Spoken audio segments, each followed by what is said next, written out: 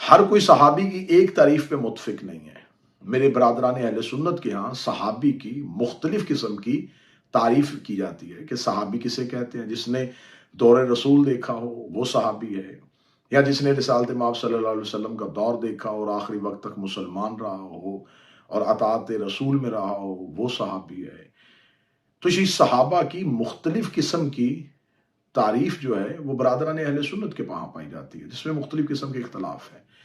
ابھی ہم توہین پہ بعد میں آئیں گے. لفظ صحابی پر ابھی تک اتفاق نہیں ہو سکا. لفظ صحابی پر ابھی تک یہ بات نہیں ہو سکی کہ ہم نے صحبت میں بیٹھنے والے کو صحابی کہنا ہے، اطاعت میں رہنے والے کو صحابی کہنا ہے، آخری وقت تک مسلمان مرنے والے کو صحابی کہنا ہے.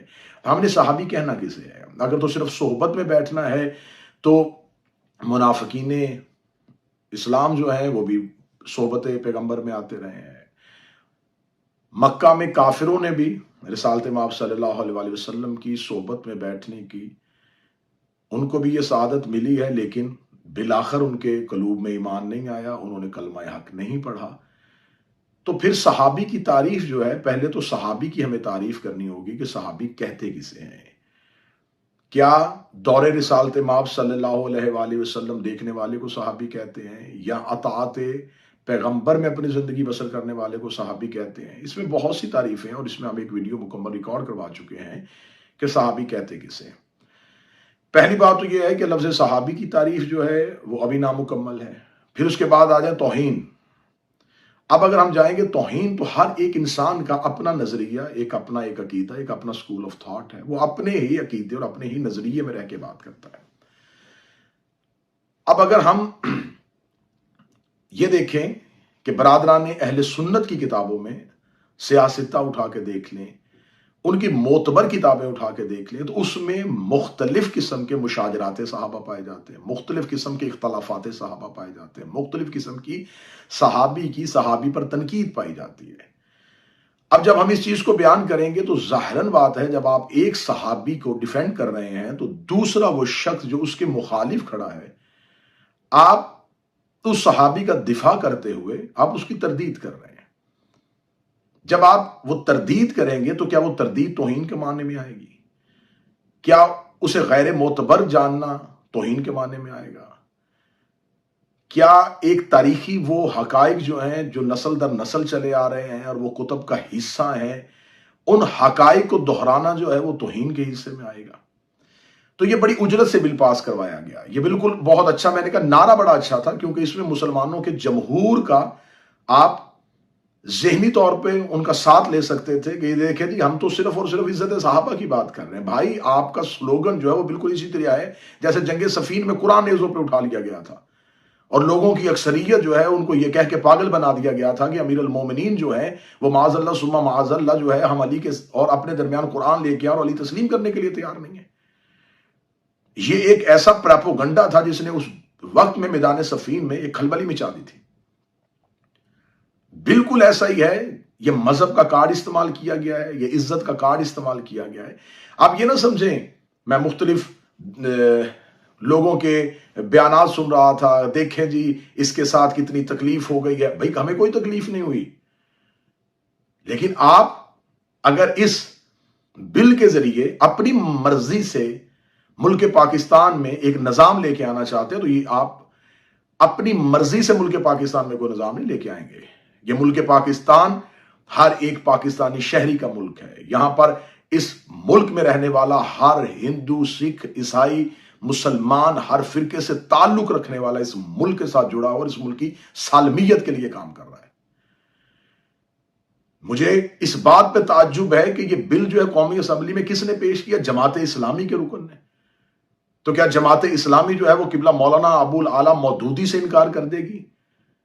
اگر آپ نے توہین صحابہ کا بل جماعت اسلامی نے پاس کروانا ہے تو خلافت و ملوکیت کو کہاں لے کے جاؤ گے، جو آج تک متنازع کتاب بنی ہوئی ہے، جسے آج تک آپ کے لوگ جو ہیں وہ تسلیم کرنے کے لیے تیار نہیں؟ کون کون سے الزامات ہیں جو مولانا ابو الاعلی مودودی پر اس کتاب کے بعد نہیں لگے؟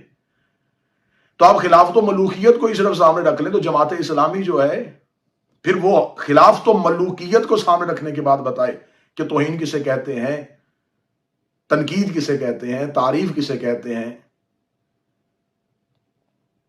لہذا صاحبان، اگر یہ بل آپ لے کے آنا چاہتے ہیں، سزاؤں میں اضافہ چاہتے ہیں، تو پھر اسے کسی ایک مسلک، کسی ایک فرقے، کسی ایک نظریے کے لیے آپ استعمال نہ کریں.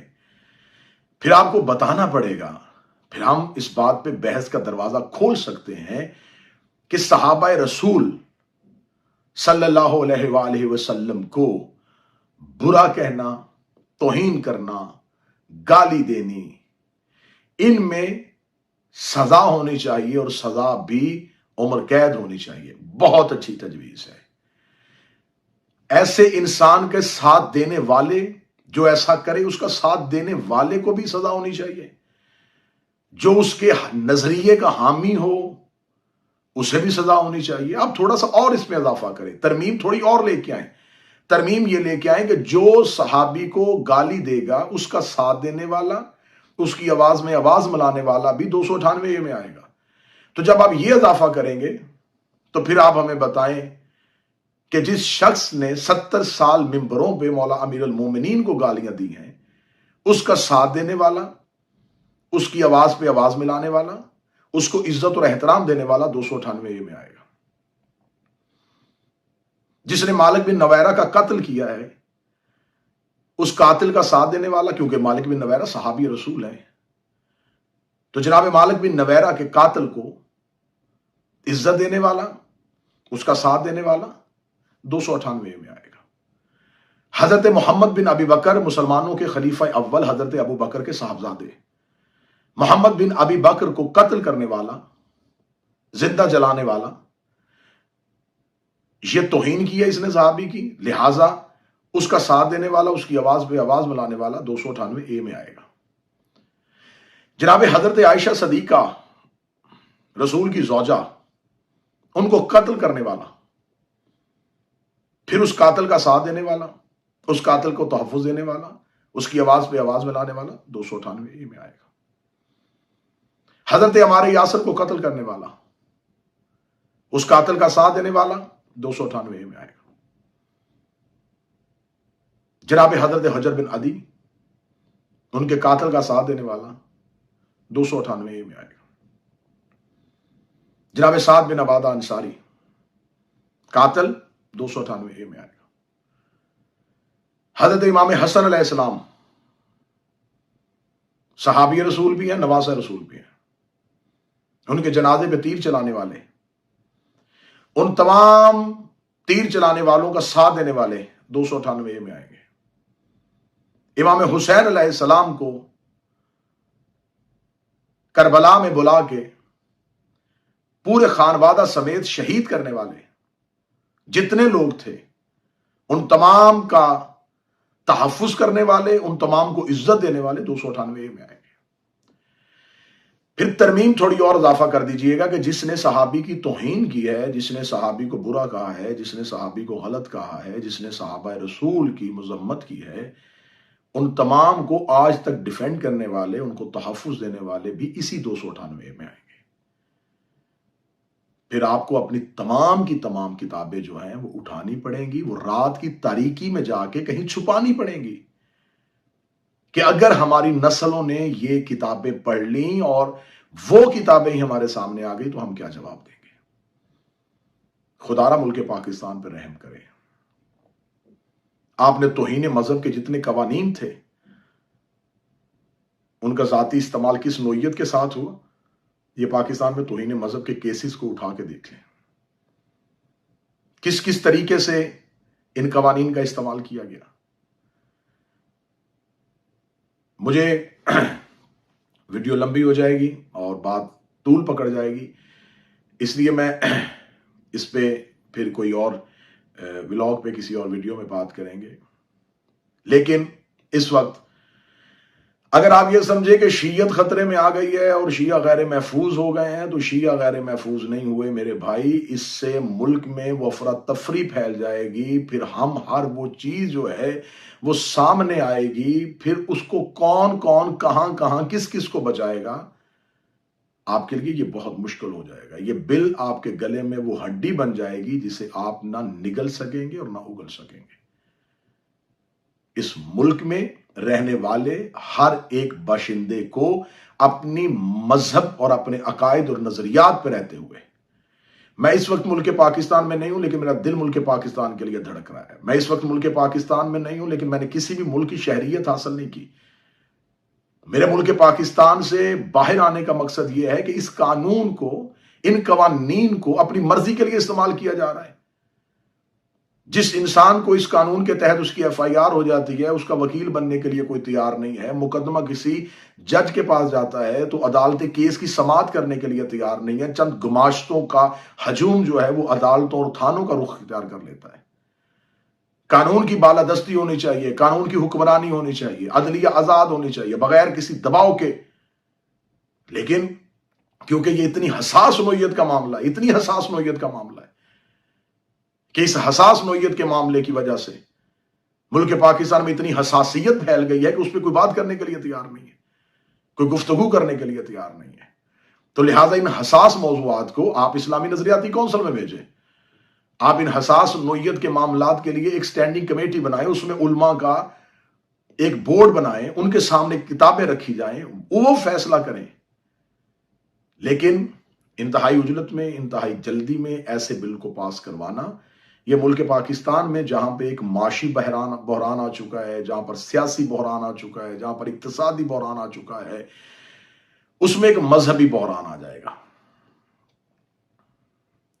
ان ایسے اور اس نوعیت کے تمام کیسز کے لیے میں گزارش کروں گا اپنے پاکستان کے مقتدر حلقوں میں بیٹھے ہوئے ذمہ داران سے، خدارا آپ آگے جانے کی بجائے ایک دفعہ پیچھے مڑ کے دیکھیں کہ اس نوعیت کے جتنے کیسز رجسٹرڈ ہوئے ہیں، آپ صرف ان کیسز کو دیکھ لیں، ان کی ہسٹری جان کے دیکھ لیں، تو آپ کو پتہ چل جائے گا کہ ان قوانین کو کس طریقے سے استعمال کیا جاتا ہے۔ یہاں پر سوشل میڈیا کی ایک پوسٹ کو کس طریقے سے تبدیل کیا جاتا ہے، یہاں سے کسی ایک تقریر کا ایک کلپ اس کو سیاق و سباق سے ہٹا کے کیسے پیش کیا جاتا ہے، یہاں پر کوئی ایک انسان جس کی زبان سے کوئی لفظ نکلتا ہے اسے وضاحت نہیں دینے دی جاتی۔ میں عرصہ دراز سے ان تمام معاملات کو دیکھتا بھی رہا ہوں اور میں نے قانونی جنگ بھی لڑی ہے، لیکن آخر اس وقت ان تمام معاملات کے آگے ہم بے بس ہو گئے کہ جب ہم نے یہ دیکھا کہ اس آواز کو کہاں تک لے کے جائیں گے۔ یہ بالکل نکار خانے میں ایک طوطی کی آواز ہے، کوئی آواز سننے کے لیے تیار نہیں ہوتا، کوئی بات سننے کے لیے تیار نہیں ہوتا، کوئی بحث کرنے کے لیے تیار نہیں ہوتا۔ ایسے تمام نوعیت کے جتنے بھی کیسز ہیں، آپ ان میں لیگل پوزیشن جو ہے وہ دیکھ لیں کہ جس پر الزام لگایا جاتا ہے اس کے پاس اختیار کیا رہتا ہے، اس کے پاس اس کو فیس کرنے کے لیے کون سا فورم باقی بچ جاتا ہے۔ اس کے لیے عدالت میں آنا مشکل ہو جاتا ہے، اس کے لیے تھانے میں پہنچ کے اس کیس میں اپنا بیان قلم بند کروانا مشکل ہو جاتا ہے۔ تو جب کسی جگہ پہ حق پہ بات کرنے والے کی بات کو سنا ہی نہ جائے تو پھر بالآخر مجبوراً جلا وطنی اختیار کرنی پڑتی ہے۔ یہ ہمارے پاس سنت ہے معصومین اور ائمہ علیہم السلام کی۔ مکہ میں جب دیکھا کہ مسلمانوں کے لیے کوئی بات سننے کے لیے تیار نہیں اور صرف ایک نعرہ لگا کے ان کے خلاف مکہ کی زمین تنگ کر دی گئی ہے کہ یہ ہمارے بتوں کو برا کہتے ہیں، ہمارے بتوں کو برا کہتے ہیں، تو سرزمین حبشہ کی طرف حضرت جعفر طیار کی قیادت میں مسلمانوں کا ایک وفد چلا جاتا ہے، اور وہ جا کے سرزمین حبش میں جا کے نجاشی کے ہاں پناہ لے لیتے ہیں۔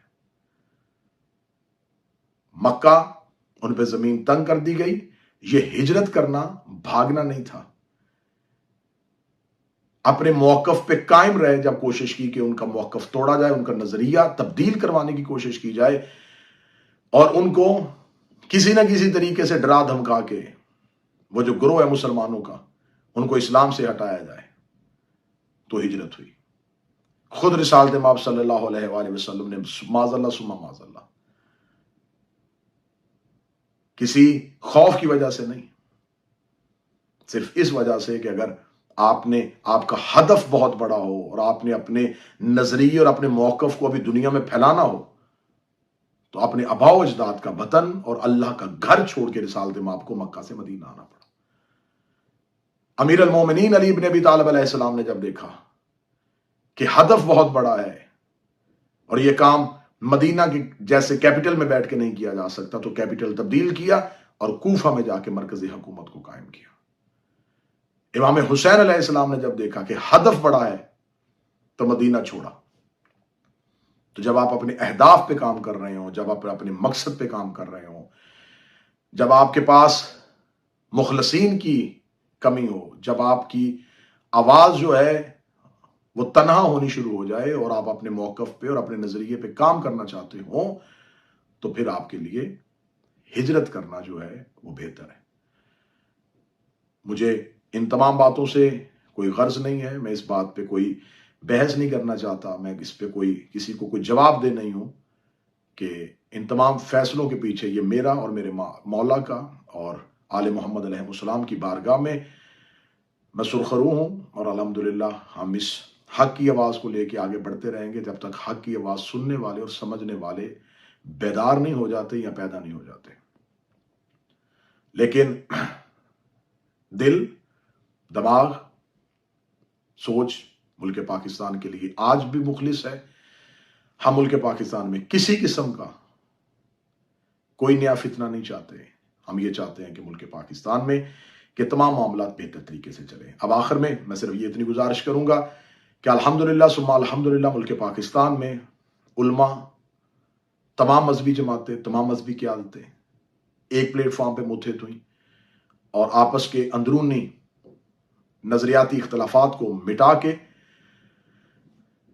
تمام مذہبی جماعتوں نے، تمام علماء اکرام نے ایک مشترکہ پلیٹ فارم تشکیل دیا ہے، اور اسی مشترکہ پلیٹ فارم کے تحت علماء خطبہ ذاکرین کنونشن جو ہے وہ اسلام آباد میں ہوگا، جس میں تمام مذہبی جماعتوں کی، تمام مذہبی قوتوں کی، تمام مکتبہ فکر سے، تمام طبقہ زندگی سے تعلق رکھنے والے مولا امیر المومنین علی بن ابی طالب علیہ السلام کی ولایت و امامت کے قائل، اہل بیت علیہ السلام سے محبت کرنے والے وہاں پر اکٹھے ہوں گے۔